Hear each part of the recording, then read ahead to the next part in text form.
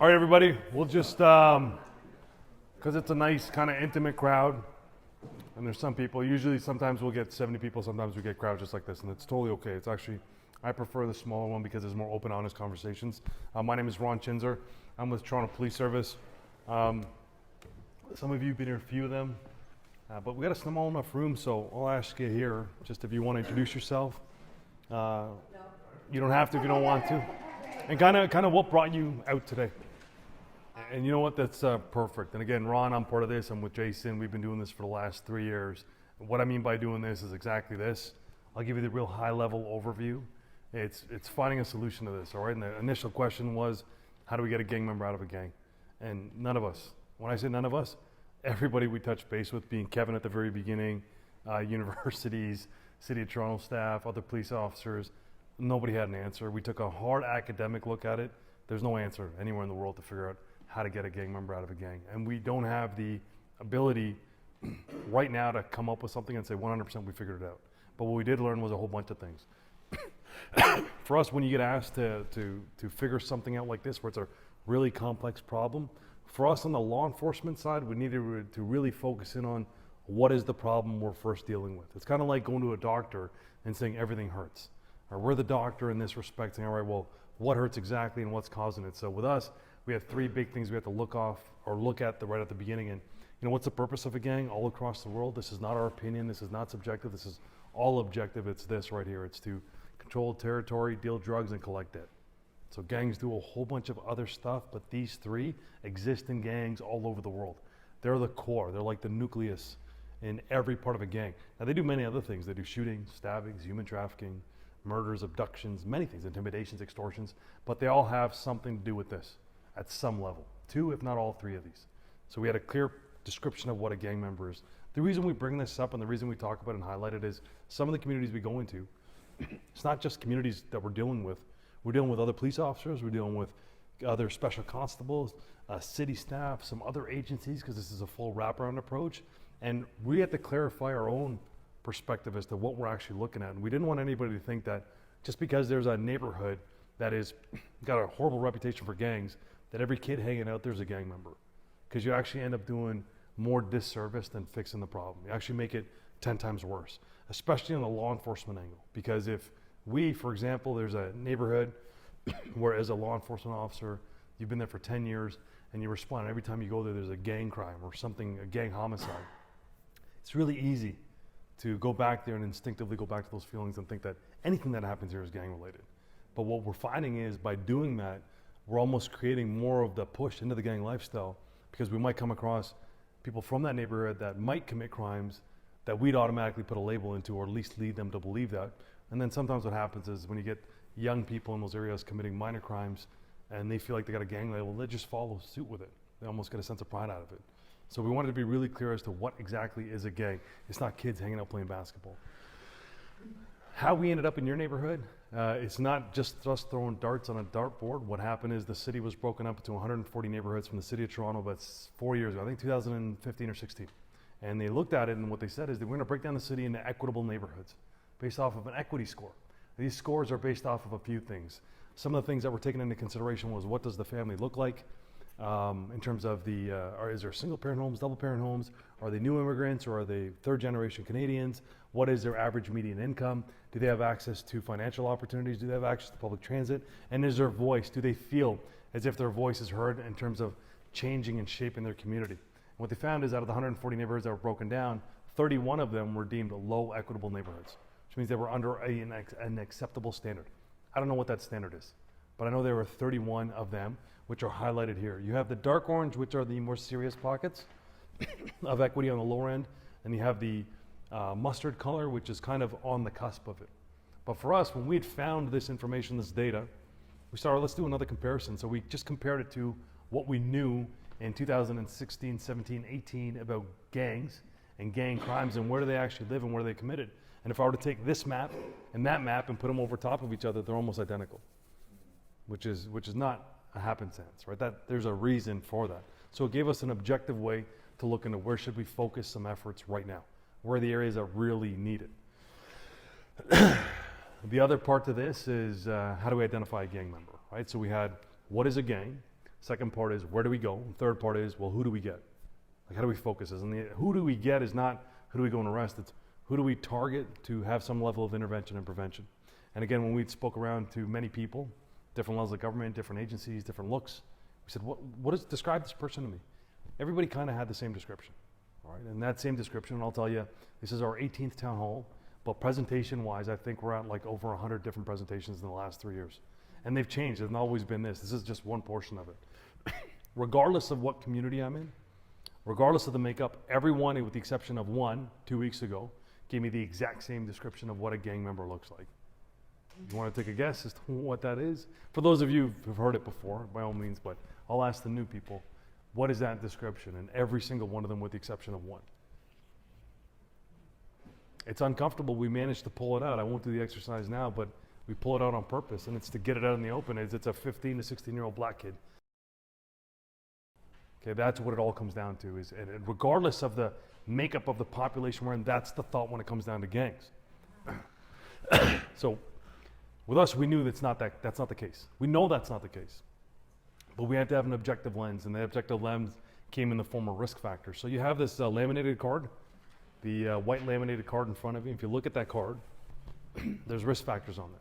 And again, this was a publication from 2007 in Public Safety Canada, where they had all these academics in the field look at gang members all over the world, and they said, hey, gang members, they're made through this. And if you look at this, what it is the more of those boxes you could check off, the more likely the person is to become a gang member. Now, if you look at there, nothing there says race, nationality, gender, background, religious beliefs. None of that has anything to do with becoming a gang member. In fact, it's a lot of socioeconomic status, it's a lot of psychological work, it's a lot of mental trauma, it's a lot of poor behavior passed down from generation to generation. It's also a lack of opportunity, a lack of connection to schools. It's many things, but nothing to do with any of that. So we have to be really clear as to who we're looking for. So we found these risk factors, and we found some other publications that said, hey, these risk factors, they don't all happen at the same time. The first one is family.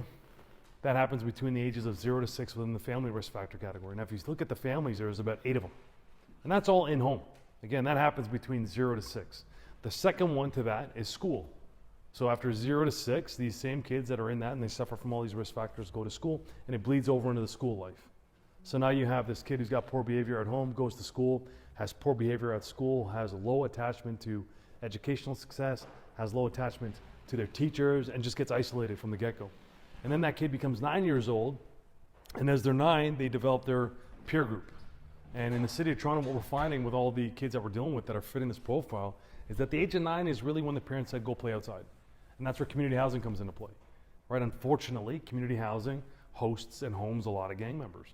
And what we're finding is with the parents of these kids that become gang members or criminals later in life, 8 or 9, that kid who was a pain in the butt at 3 and 6 and 9, they say, go outside and play and dump your energy. Right, so the kid goes outside and plays and dumps his energy, and for the first time they're on their own. And then do they come across people more like them or less like them? They find a crew of people that are just like them, and a few of other little kids just like them, where they're 9 years old playing out on their own in the lobby of community housing or outside in an area of Toronto that's in a low equitable neighborhood, and they end up finding each other. So for the first time, this kid finds a group of people. But that's not the biggest indicator. The biggest indicator at that age is when you have two 9-year-olds fighting and one pushes the other and takes money. What do we call that when they're 9? If that happened in school and your kid comes home, they call it bullying, right? But you know what that's called if you're over the age of 12? It's called robbery. So it's child delinquency at the age of 9, 10, 11, 12, when kids are doing criminal acts, but we just give it a different label. And sometimes people will say it's boys being boys, or it's, you know, whatever they want to say, and that behavior gets tolerated. And then from 9 to 15, we have the individual risk factor categories, which is the biggest indicator, and it's from all angles. Believe it or not, it's in the law enforcement angle, it's in the social services angle, it's in the housing. They're self-admitted gang members.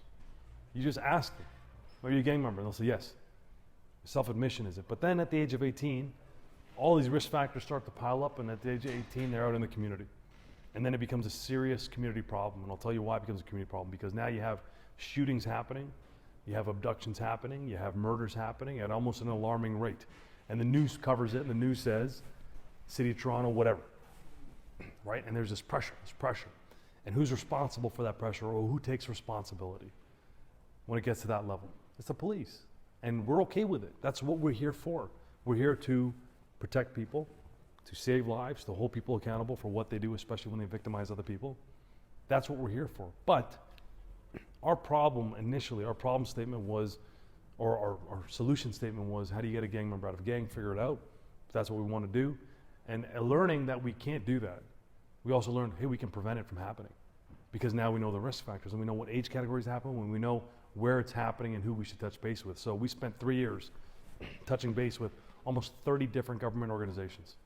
Community housing, City of Toronto, both the school boards, Catholic and public, us, social workers, CAMH, different ministries within the provincial government, being corrections and youth safety, probation and parole. Everybody that you could think of.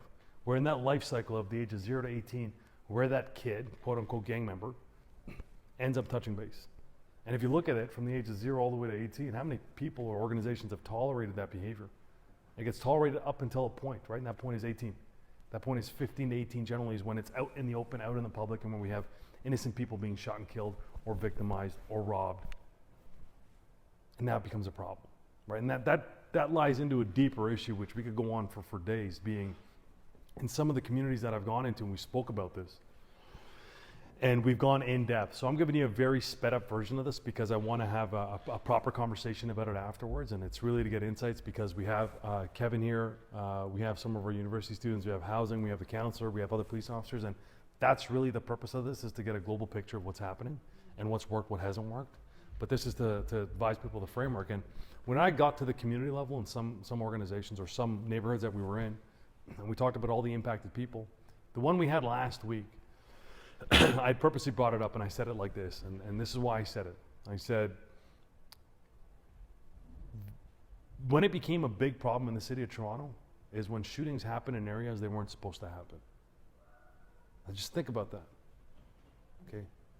When it became a big problem in Toronto is when shootings happened in areas where they weren't supposed to happen. So the natural follow-up question is, where are they supposed to happen?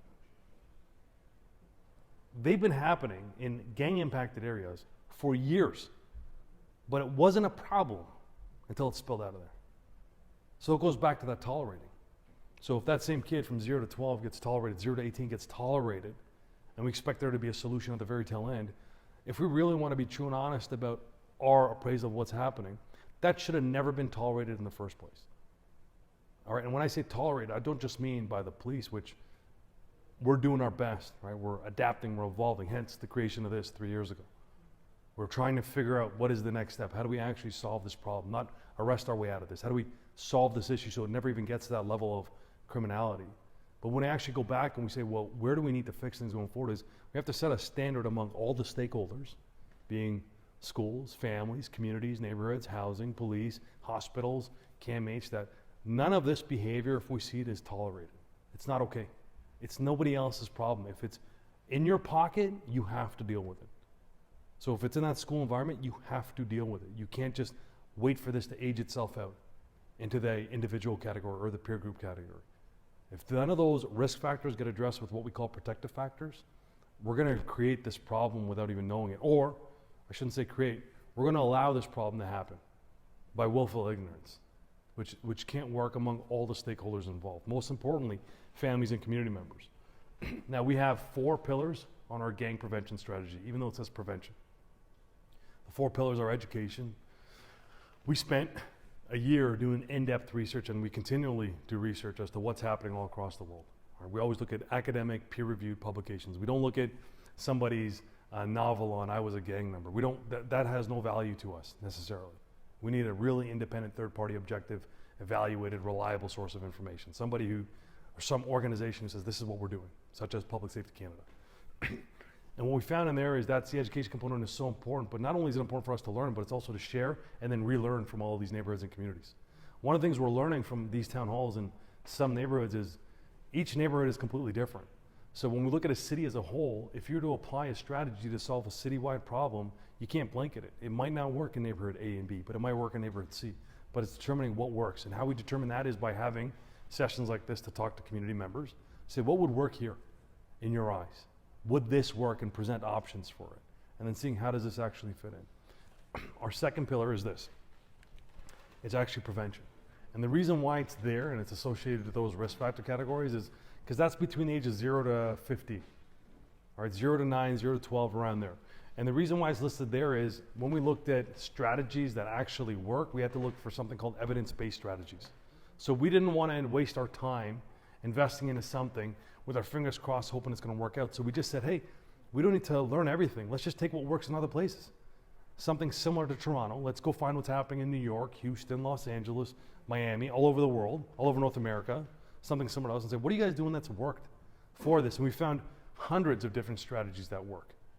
But the prevention ones, all the ones where you really talk about crime prevention, delinquency prevention, stopping this from happening, they were the most successful between the age category of 0 to 9. They were the most successful there. If we wait till somebody's 15 to start preventing stuff, we've waited too long. Academically, evaluated wise, it's not worth investing into for the biggest bang for your buck for prevention strategies. Right? And it's kind of, there's a biological reason why, there's a psychological reason why, and I'll explain it to you here quickly. Between the ages of 0 to 7, we all operate on what's called a theta wave. It's a frequency that our brain operates. This is biologically proven. And in that, it's a state of hypnosis. So we're gathering information subconsciously. All right? And that information we're gathering is not to succeed, but it's what do we need to become to survive. So between that age, we're super open ideas. We're very easily influenced to ways of thinking, to changing behavior, curbing behavior, figuring out what we're going to do next.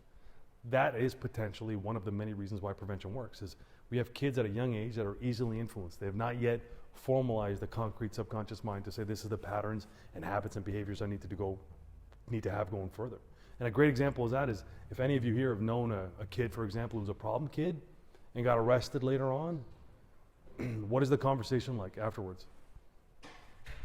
Does anybody say, I'm not surprised? It's predictable behavior. It's absolutely predictable. When we arrest kids that are 12, 13, 14, and we actually dig past that individual incident that we arrested them, and we look at the school, we look at their home life, we look at whatever we can to say, was this something that popped out? It's a 100% predictable. It's, in fact, some people said, well, it was a matter of time, right? Or they get arrested and they say, well, I'm not surprised. Again, that level of tolerance is not okay. So for us, the prevention side of this is focusing on the 0 to 9 age. That is where you're going to get the biggest bang for your buck. But that being said, the third pillar is the intervention, which is 12 to 18 plus. Right? That intervention, again, academically proven, evaluated, says intervention works the best between this age category, 12 to 18 plus. 12 to 18 plus in Canada, because at the age of 12, you can be arrested and charged. All right? And if we're getting a kid at the age of 12 that we're arresting and charging, it's got to be pretty serious at that point for us. Because it's not like, and the truth is, law enforcement, we don't go out to a 12-year-old and we're like, our first intent is, well, he did the crime or she did the crime. You got to, here's the handcuffs on you. That's not our first go-to. Our go-to is, what happened here for a 12-year-old to do this? Is this actually, like, is this real? Did he actually do what you called 911 for? And then we're all disappointed. I don't know any cop who's happy to do that. I legitimately don't. It sucks. I never signed up to arrest a 12-year-old. That's not what I wanted to do. But it happens. And at that point, we get it in, and that's the beginning. All right, now the positive side to that is the interventional angle, and this is kind of the bigger one, and I think it deserves much more attention than many of the other things. I don't think it gets enough attention, is we have the prevention. Okay, it's easy. We have problem kids. Okay, problem kids in the family, problem kids at school, problem kids in the neighborhood. Easy to see. They're right in front of you. Everybody knows them. But what happens is when you're part of a gang, you're substantially higher or more likely to reoffend. Right? So then the conversations come into what we talk about now, or what's been said in the media and a lot of different things where, hey, we need to get tighter bail conditions. These people need harder sentencing. They need all this. But who are they talking about? They're talking about that portion of the population that's sitting in the legal justice system that, because of their gang membership, are more likely to reoffend.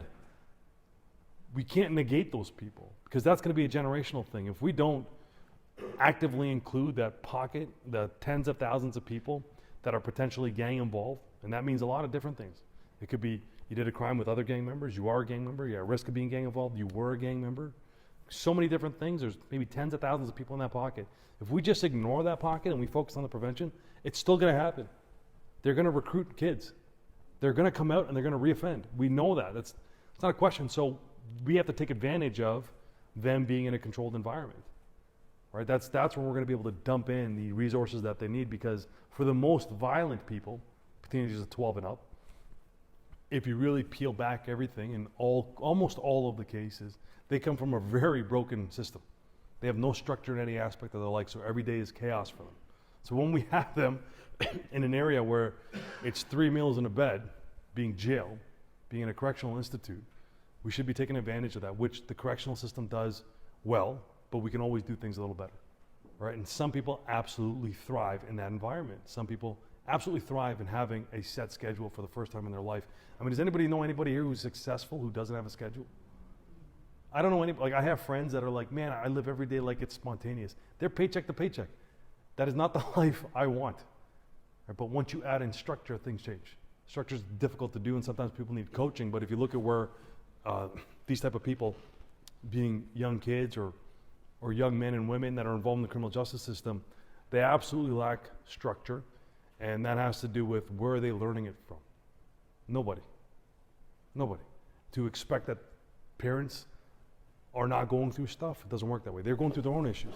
So they might not have the understanding or experience to be able to teach scheduling or structure because they never had it. Right? We're all byproducts of something, them being that.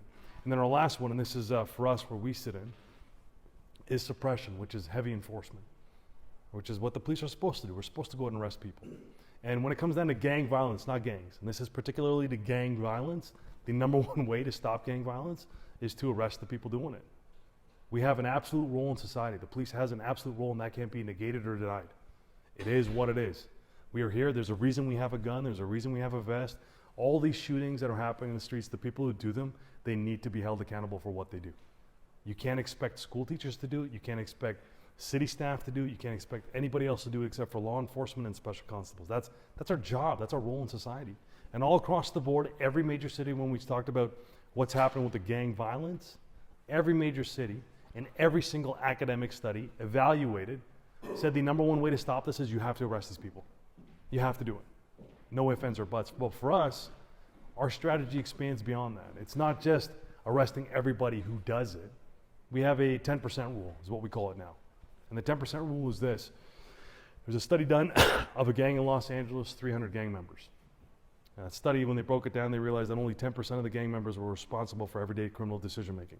Only 10%. Out of the 300, only 30 of them were the actual hardened gang members that were committing the hard crimes. The other 270 had an average gang membership span of 2 to 3 years, and they were out on their own. Well, as we canvassed other police officers in Toronto that are experts at gang investigations that have been doing them for 15 plus years, we pitched that number to them and said, hey, on all these major projects that we do where sometimes you'll see, 150 people were arrested and 200 guns were taken and all this other stuff, is that number right with you guys? They all said, yeah, that makes sense. Then we called up some partner agencies we have in the United States, all over Canada, and said, does that number match what you guys are seeing too? And they said, yeah. So we call it the 10% rule in terms of that heavy enforcement has to be on 10%, not everybody else. But we need to get them in to figure out which pocket do you sit in. Are you in that 10% or are you in that 90%? For us as law enforcement, I'll tell you one of the examples that we use, because I've had it multiple times. I know most police officers, I'm sure you can attest to this multiple times, is this. I'll give you the most basic example. A night school robbery. Okay, night school robbery. So kids go to night school, they're there, all of a sudden 3 kids rob 1 kid. Okay, and this happens all the time, or at least it did when I worked on the street. So 3 kids rob 1 kid. The one kid who got robbed, who had his phone taken, goes to the principal and says, these 3 boys or girls, doesn't matter, these 3 kids robbed me, they beat me up and they took my phone. How does he know them? They go to school together and he grew up with them. So he knows the neighborhood. He goes to a principal because he's got to tell somebody. This victim is completely innocent. This victim's just a kid in the neighborhood. The one possession he had is his phone. Gets robbed and taken from him. Now the principal does the right thing, calls the police. We show up. We know who the 3 people are we're looking for. We know it's night school. We know where they live. And in the past, we just kind of go wait at their house and they walk home. We see them, we arrest them, and then they generally have the phone on them. And now we get the phone, we arrest them, we bring them back to the station. And this is where the 30-10 comes into play, 90-10 comes into play. 3 kids arrested. 2 kids are crying, 1 is not. So 2 kids are crying, 1 is not. The 2 kids that are crying never had a police contact before, never been arrested before. Now they're arrested for robbery, a serious violent offense. The one that is not crying has criminal contacts with us. So that 90-10 rule, do all 3 necessarily have to go through the legal justice system at that point? And then we talk to the victim says, you know what? The 2 that are crying, they were just there. They were part of it. They never told anybody. They never stopped it. They're friends with this guy. But this guy did everything. He beat me up. He took it. And we took the phone from me. He gave it to the one guy. The one guy grabbed it, and then they all ran away. So out of that, who's the 10%? Who's the 10% that's going to thrive in a structured environment potentially? The guy who actually did it. The other 2, you got to be held responsible, but do you necessarily have to be held responsible in that respect?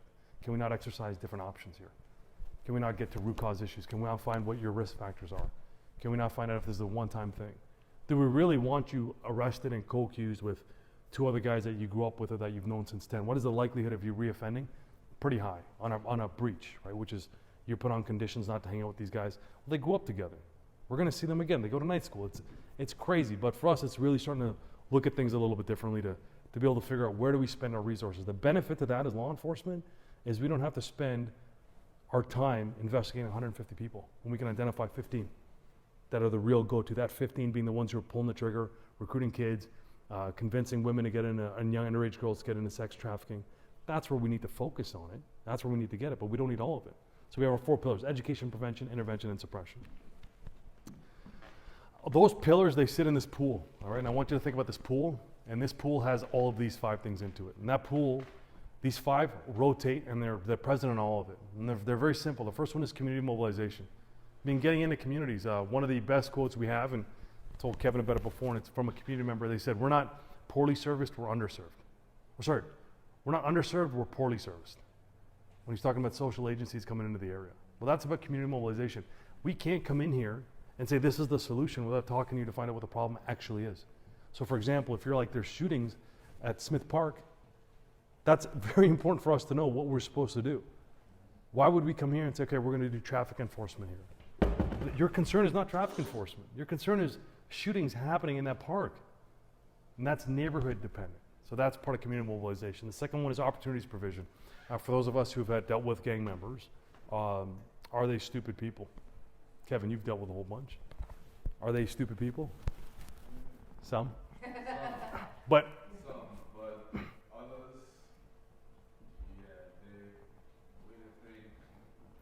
yeah, they're pretty sharp, yeah. right? They're pretty sharp. The opportunities provision is the same population we're seeing out on the street, the same gang population that's pulling the triggers, they have a low attachment to school. All of them. All of them. That's not even a question. They have a low attachment to school. We have to look at that in a bit of a different lens, and that has to be where we bring in the school boards.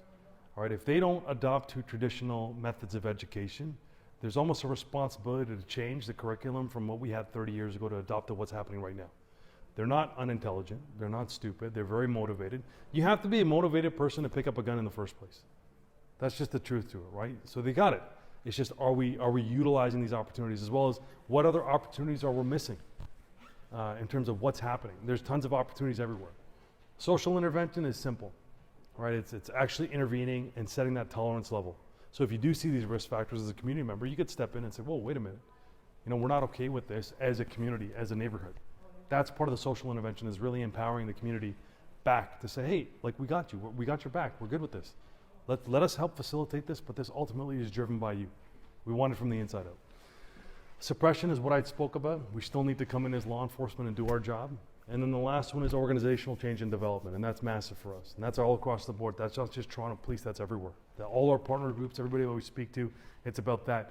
These town halls, we've gained tremendous insights to how to do our job better. And it's from conversations and we're like, oh, I never even knew about that. I never even thought about that. I'll give you one of the examples that will go forward at the end of all these town halls, and this is 18 out of 31. We're going to be putting our recommendations report to the police service. So this is where we should improve, and this is where we should look at changing things. And I'll give you one of the examples is all across the world, the number one problem with a homicide investigation is having witnesses come forward. Right? Number one problem all over the world. Witnesses come forward to say, I saw what happened, and then second to that, having them come to court and testify. So with us, traditionally what happens is when there's a homicide or a shooting or a murder, police are all there. We got a massive crime scene. You have a bunch of police officers in uniforms, lights are going. Everybody in that neighborhood is looking out of the window to see what's up. All right, and as soon as we do, this is what we do. As soon as other officers come on scene, there's a supervisor there and he says, okay guys, here's some paperwork. I want you to go canvass, which means I want you to knock on all the doors here right now and see if anybody's seen anything. And then we do that.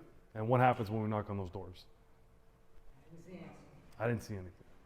This could have happened in the middle of the day at a park that's jam-packed. We knock on those, everybody says, I didn't see anything. Well, that came up through other conversations in one of the town halls that we had in another very heavily gang-impacted community, and part of that was what we learned, and we kind of knew, but we didn't know, but it was nice to have the clarity, was a community member in a very heavily gang-impacted neighborhood had said, you know, if you just came a day later and you weren't in a uniform, I would have told you what I saw. They said, listen, that just happened. There's police everywhere. Our walls are paper thin. Everybody's looking out. I'm not going to tell you anything because I'm afraid for me. So we're still going to have to do that, but there might be potentially changes where we're going to say 1, 2, 3, 4 days after a shooting, we're going to have to send officers plainclothes to do very tactically, very smart, and knock on those doors with them. They will, Counselor, but not everybody's aware of it.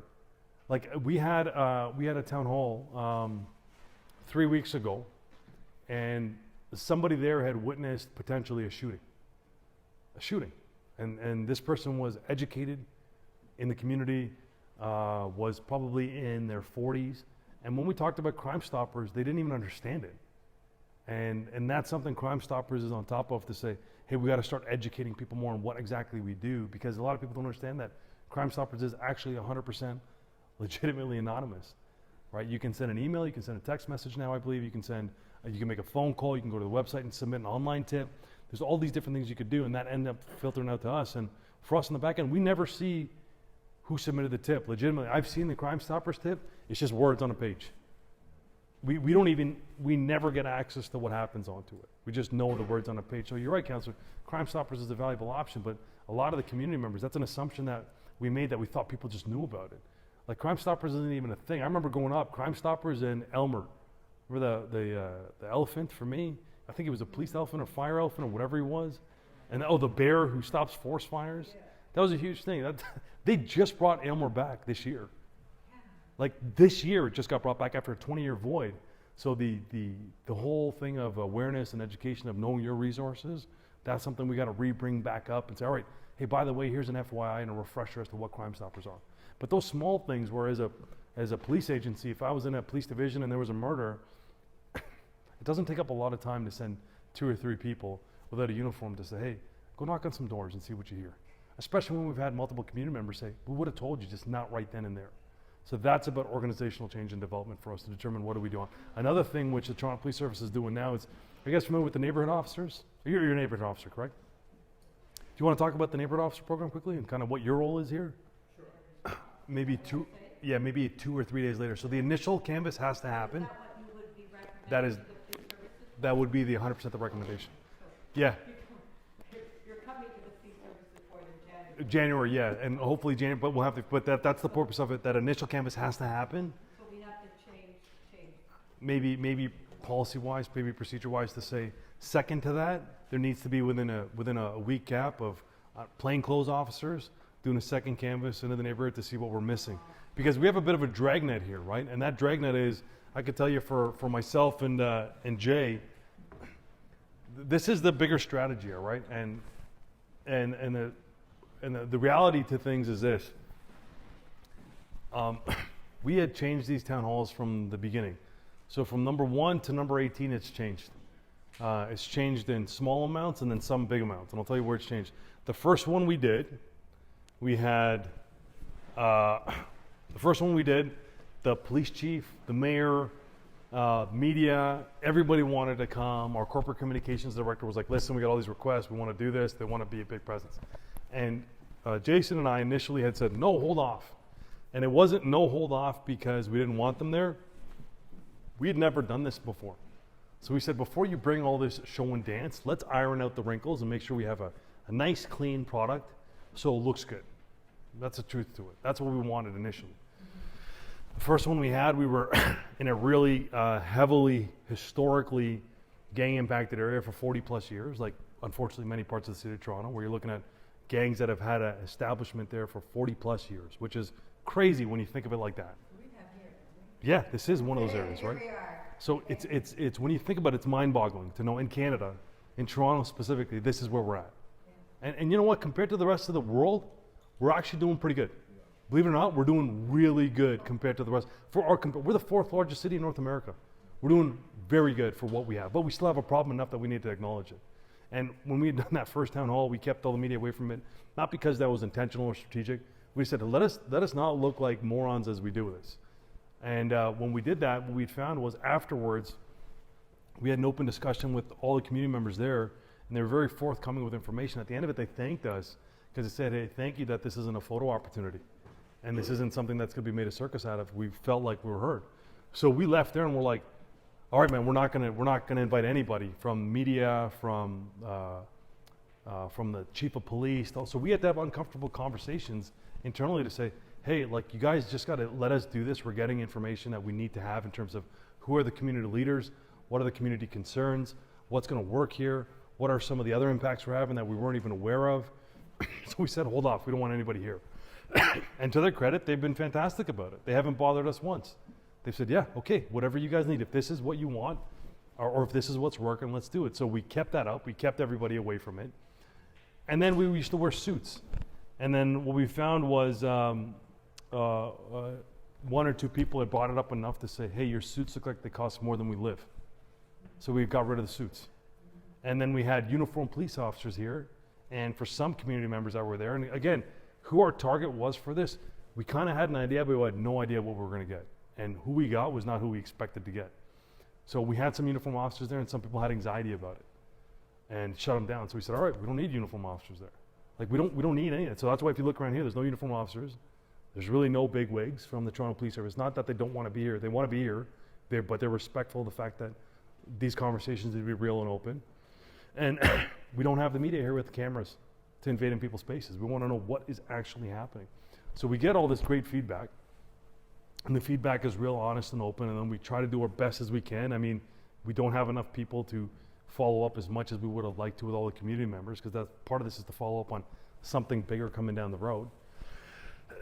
But what this also does for us is it helps us find community leaders, all right? And the purpose of that, so for yourself, let's say, 1, 2, sir, you were here, 3 of you, in this scenario here, for us as law enforcement, us as Toronto Police, coming into these type of neighborhoods, there's no trust in certain neighborhoods, okay? There's no trust because some of the people we really like to work with are families of gang members, or they are gang members, or they've been victims, and there's just no trust. And we're okay with that. And what I mean by we're okay with that is I'm not going to waste 90% of my time trying to build that trust. When, for example, if you already have the trust, we can work with that. If you already have the trust in the neighborhood, that's perfect for us.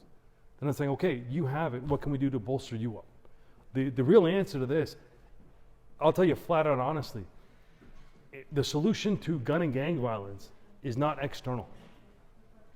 It's never going to come from the outside. It has to come from the inside. And for us to do that from the inside, we need to have the right people to be able to influence it from the inside. We don't need to know who you're talking to. We don't need to know who you're dealing with. We can do this 100% anonymous, but we need to know that there's consistent messaging from the inside out. Say, hey man, you don't have to do this. There's other things for you. And it's to figure out exactly what the needs are of the pocket. So we're getting some good traction, some good insights, some good community champions. I mean, the last one we had, the last town hall last week, we had I think 64 people there.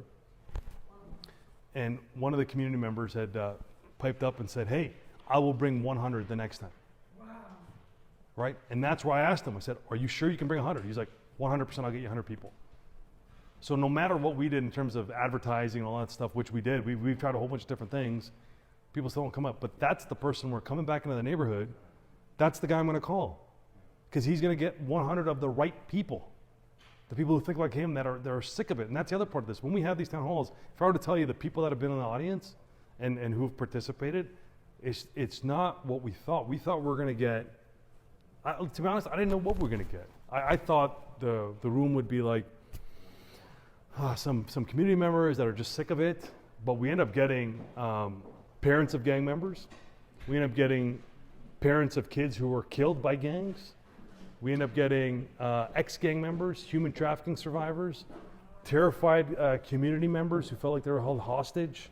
We end up finding really powerful community leaders that really want to make an impact and a change and had nowhere to go. We end up finding just amazing people and to gain this massive picture of what's actually happening. When you have that, it's amazing to see. And so you say, oh, I got it, because we're all missing gaps. My favorite analogy with this whole thing, if there's any one thing you take from this, and this is kind of our model, and our model, we didn't make this up, all right? We took this from the United States. The model we've chose to adapt into, it's called the comprehensive gang model.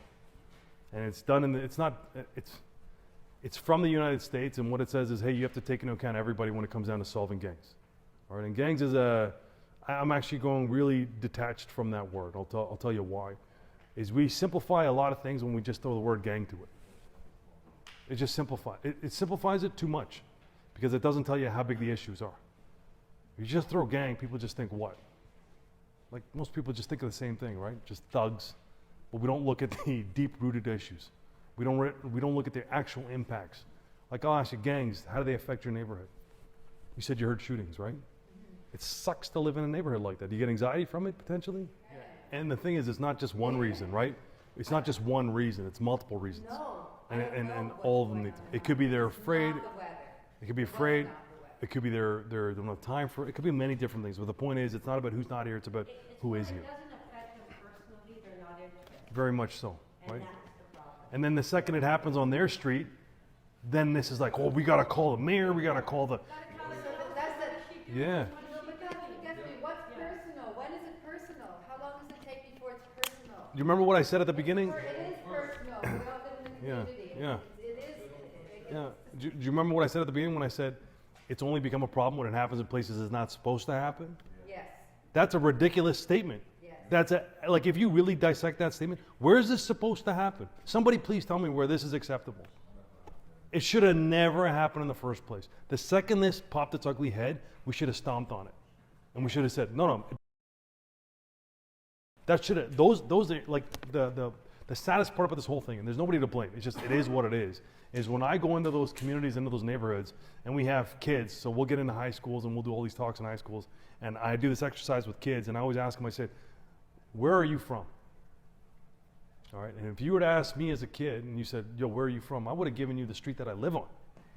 What are kids saying in those areas? They're given a name of a gang neighborhood. So if I go to, in our, and I go to this kid's, where are you from? You know, and if I go to the East End and I'm around other kids around that area and I say, right, that's ridiculous, because there's such a association to that, and then as soon as people hear that, they go, whoa, that's a rough area, right? And then now it bleeds over in other areas, and now it's, whoa, we got to do something about this. Yeah, we do 100%, but we should have done something about this a long time ago. The idea is now we got to play this catch-up game, but we got to deal with the root cause issue being getting into these neighborhoods to say, all right, where do we create some protective factors to stop these risk factors from taking kids from the age of 0 to 7 down this path? Like, where do we strengthen stuff? And I'll tell you the answer to this, and one of the biggest answers is strengthen that family environment, strengthen that family unit. And we've had debates and discussions with many community members on this, and the crazy part is there's all these different perspectives, right? And this is the one I'll give you now. Is I call it the Rubik's Cube. All right, because the Rubik's Cube is the best example of this whole thing. If I were to give you a Rubik's Cube now, right, there's 6 sides to it, there's 6 different colors, there's 9 blocks on the sides, we're looking at 73 different squares. As police, when we're solving this problem, the Rubik's Cube being gangs and gang violence, and we're looking at this Rubik's Cube, all I cared about before was the blue side. I just wanted the blue side. I wanted those 9 blocks to say blue or be blue. That's all I cared about. I never paid attention to everything else. I didn't pay attention to what's happening at schools, what's happening at home, what's happening in housing, what's happening in neighborhoods, what's happening to businesses, what's happening to city resort. That stuff was not my concern. So the second my blue side mashed up, you know what we did? We said, we solved the problem. Not realizing that every other side of that was screwed up, right? And then we go to the other side, and then we go to community housing, and community housing just cares for the orange side, right? And then as they do the orange side, our side gets messed up. And we realized in this process from this American model was, hey, all of us that are working on this Rubik's Cube, we all have to start talking. We have no choice at this stage now. We have to start talking before this becomes a major problem. And I'll tell you when it's a major problem. The second we hit 100 homicides, we've got a big problem. And I'll tell you why. It's not the number itself. It's not the fact that we've lost 100 people to violence. It's what happens the next year. Let's say in 2045, I don't want to say anytime soon, there's 100 homicides in the city of Toronto. And the next year there's 98. What does everybody say? Thank God. You take a sigh of relief. It's unacceptable to even let it get to that number. All right, we got to keep this thing as pushed down as much as possible. And now, gangs aren't responsible for all the murders. They're responsible for a good percentage of it. Some of those are deeper issues, which are sometimes domestic related, sometimes related to mental illness, sometimes related to many things. Sometimes the police, we have to kill people in the process of doing our job, right? Or I should say, not we kill people, but sometimes people die as a result of us trying to do our job, and that's what happens. But there's still a massive percentage of stuff we can totally avoid, we can totally stop. But that Rubik's Cube, we all have to start participating, having a voice, and understanding that, hey, regardless of my perspective into this, we're still trying to solve the same problem. So let's start talking and let's start communicating. And that's, believe it or not, that's been extremely difficult to do. It's extremely difficult to do. The model we have, the number one critique of the model that we've tried to implement, and we're still trying, is organizational ego. That's the truth to it. So every organization we go to and we say, hey man, do you want to help solve this problem? It comes down to a matter of business at some level. What do I have to commit? For how long do I need to commit this? Well, what information are we going to share? How are we going to share it? Who's like that? Listen, that's a necessary part of the evil, but it's something we got to get over. I don't know who's going to be the one to get it over. I might be the one to start the conversation, but that might have to be finished by somebody else at some stage. Somebody who says, you know what, I got to put a stamp on this and say, this is what we're going to do going forward. How that's going to happen, we have some stuff down the pipe, I don't know. But the idea is you got to look at that global picture of what is that Rubik's Cube? Who is where? Who do we need to bring to the table to openly talk and say, all right, in the process of solving this Rubik's Cube, stuff might get a little hectic on one side, but we're here to help you. We're not going to let you burden this entire thing. We understand the process of making our side blue and your side orange and that side green, that this yellow side might get a little messed up, but guess what? We're all going to help you on this side. You're not in it on yourself. But that takes a bigger vision, a bigger strategy, and more people to do it. But really, when it comes down to anytime we've had success with gang members and their families in terms of altering this lifestyle or putting them on a positive path, it came down to families. It had nothing to do with school or city workers or it had nothing to do with that. It came down to what does that home look like, right? We had one town hall, and we had a ex-gang member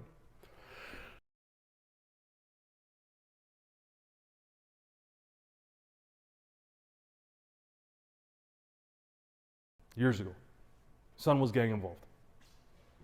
This guy got out of the lifestyle, was a big advocate for participating and helping out, which is exactly what we wanted, because who more impactful than him in that neighborhood?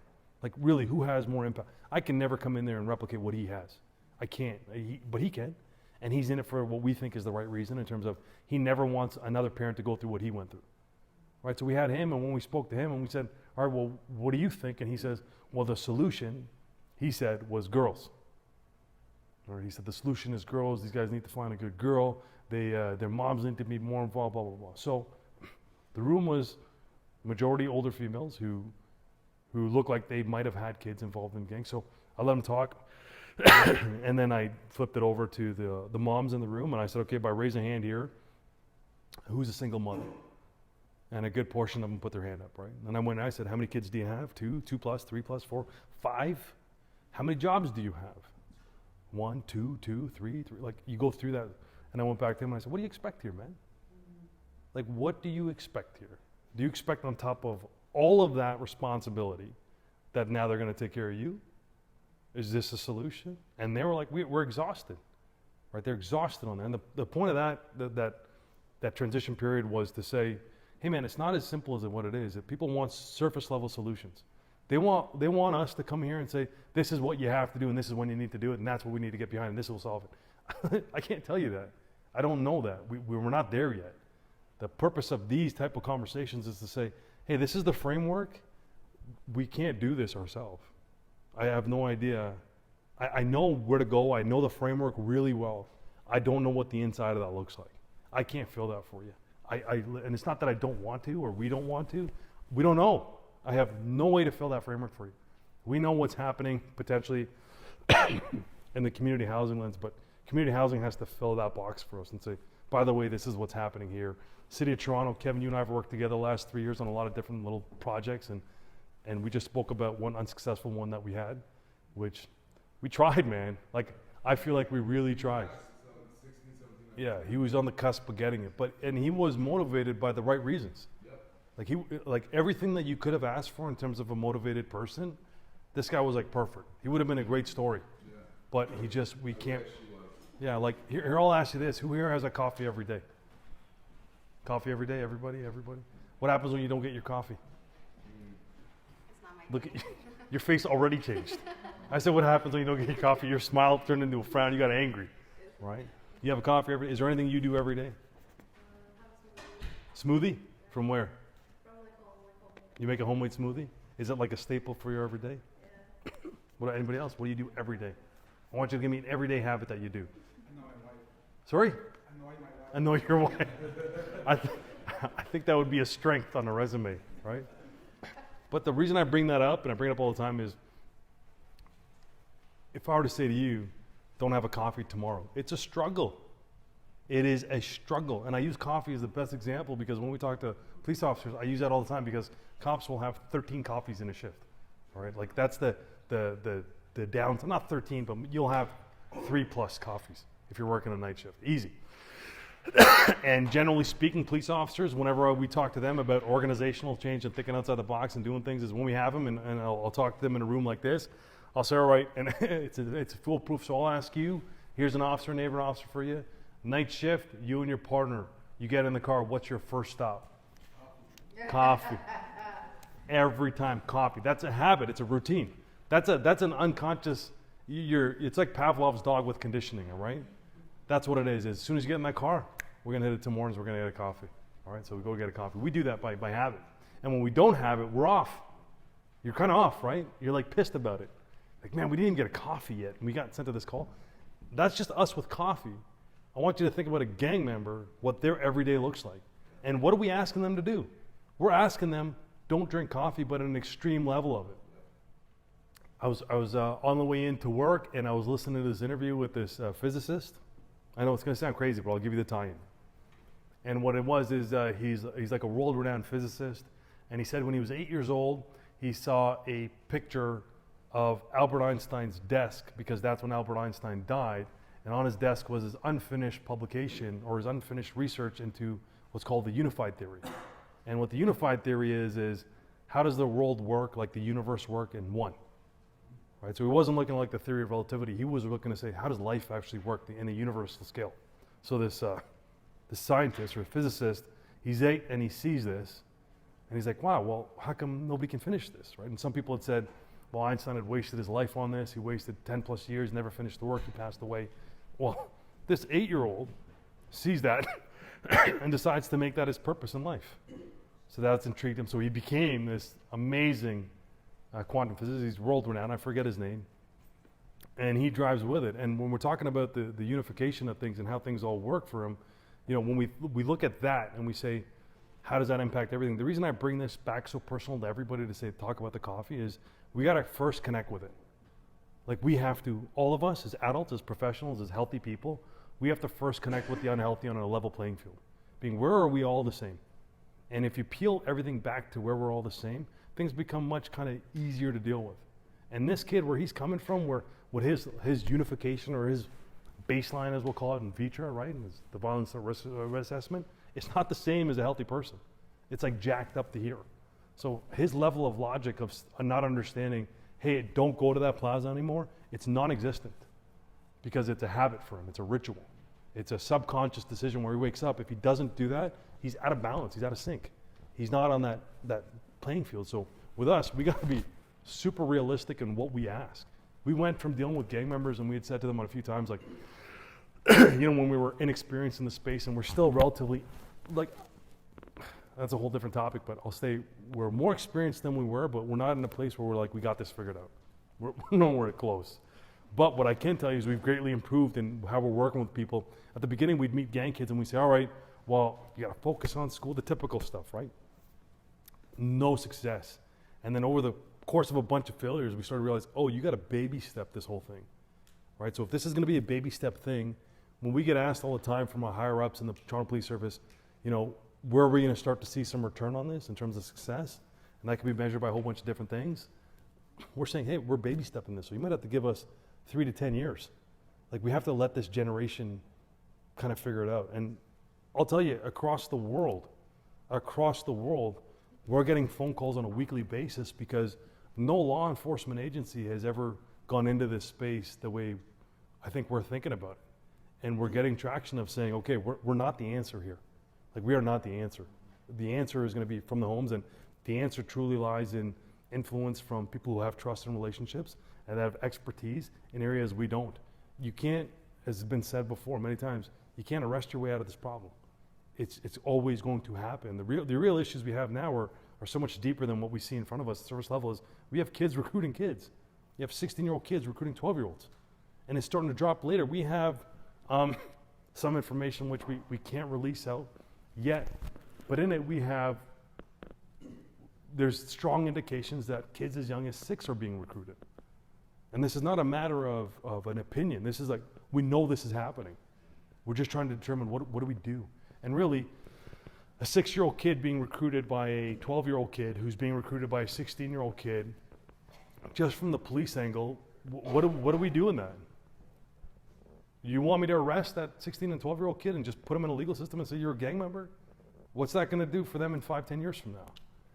That's when we're going to see the shooters, the killers. We're going to see the violent offenses, the sex traffickers, because they've been given this label at the age of 12 or 16. This is who you are for the rest of your life. It's not easy to come back from that. You know, one of the conversations we have, and I'll ask you here, is there has to be a path to redemption. Like, there has to be. I don't know what it looks like. And that's a rhetorical question right now, hypothetical question, but we see it all the time. We have, I'll say this, I had to apply 5 times to get hired as a cop. 5 times, all right? And it was because of mistakes I made as a kid. And my path to redemption looked a little different. And it took somebody actually to give me a chance, being in Toronto. I said, okay, kid, we're gonna give you a chance, and thank God they did.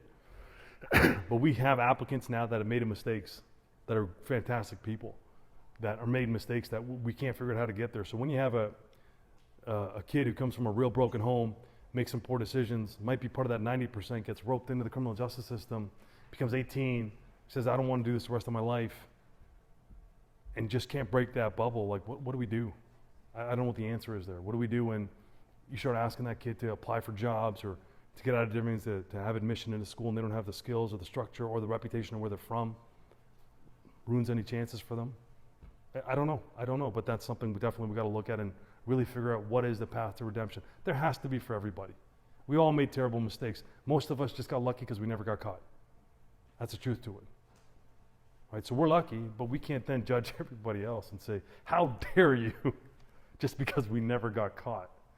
It can't work that way. Like, we got to change. When I say we, I mean everybody. And as much as we're talking to community organizations, to different community organizations, this has to come from the inside out. It has to. We can't force it. One of the things we did realize was some of these on the inside thing is when you're running these programs, right? What we're seeing, so we conducted a gap analysis with Humber College. And what a gap analysis is, we did it specifically with social services in 3 target populations in the west end of the city, 1 in the east end. So we ran it, we had Humber College do it, we just commissioned it to have an independent third party come in and say, take a look and tell us where the gaps are. And the gaps were initially, the reason we did that was, we said, all right, we realized really our primary target population is between the age of 12 to 18, all right? So it's like youth. And we know they're in these low equitable neighborhoods, so we said, all right, what's disconnecting them from services?